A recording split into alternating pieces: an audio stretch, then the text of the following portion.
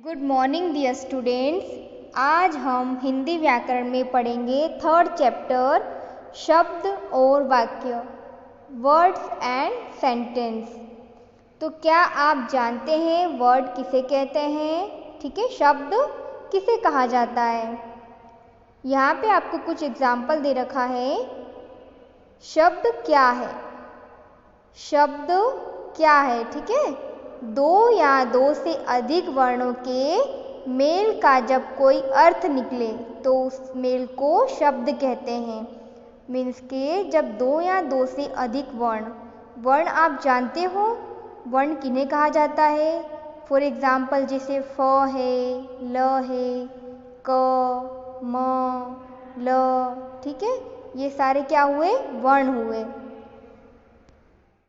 तो जब दो या दो से अधिक वर्णों के मेल से जब कोई नया शब्द बनता है और उसका कोई अर्थ निकले तो उसे शब्द कहा जाता है। ठीक है, यह फल है। फ और ल वर्ण है।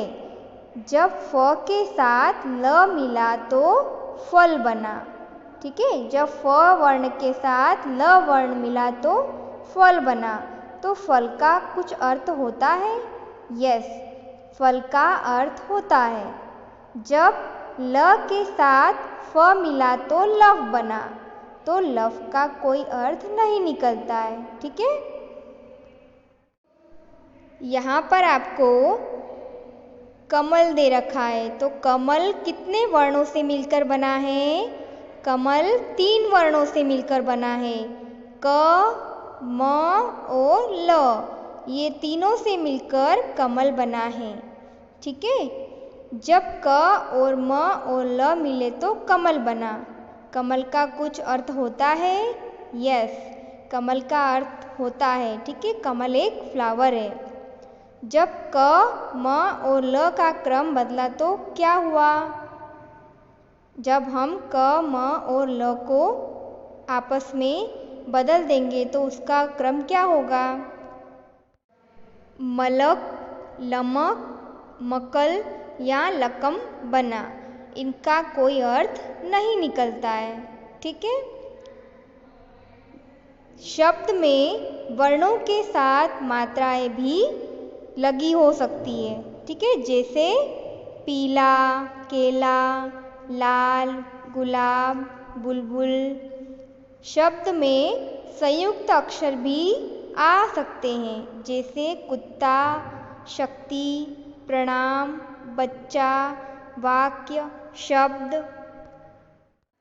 तो अब आपको नेक्स्ट है वाक्य, सेंटेंस। ठीक है, वाक्य किसे कहा जाता है?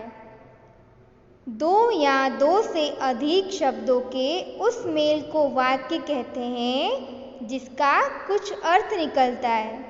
मीन्स के जब दो या दो से अधिक शब्द, आपने पढ़ा होगा शब्द किसे कहा जाता है? ठीक है, दो या दो से अधिक वर्णों के मेल को शब्द कहा जाता है और दो या दो से अधिक शब्दों के उस मेल को वाक्य कहते हैं।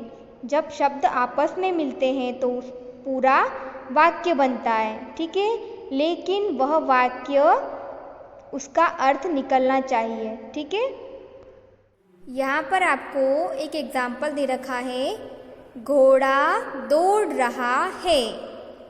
यहाँ पर पूरा वाक्य बना हुआ है। घोड़ा शब्द है, दौड़ शब्द है, रहा है शब्द है। ठीक है, तो इन शब्दों के मेल से क्या बना? पूरा वाक्य बना। उसका अर्थ भी निकल रहा है। मीन्स के घोड़ा दौड़ रहा है। ठीक है, घोड़ा दौड़ रहा है। इनके मेल का कुछ अर्थ निकलता है। ठीक है, दौड़ रहा है घोड़ा रहा दौड़, इसका कुछ अर्थ नहीं निकलता है।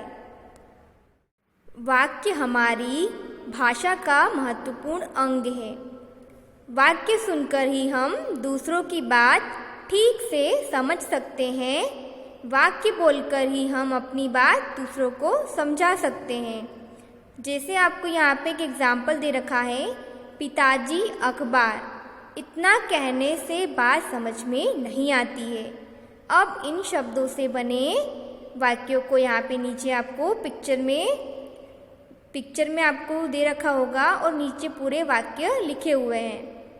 पिताजी अखबार पढ़ रहे हैं, ये हुआ पूरा वाक्य। सिर्फ आप इतना कहोगे पिताजी अखबार, तो कोई वाक्य नहीं बनेगा और समझ में भी नहीं आएगा। अमर फ़ोन पर बात कर रहा है, सिर्फ अमन फ़ोन पर इतना बोलोगे तो नहीं समझ में आएगा कि अमर क्या कर रहा है।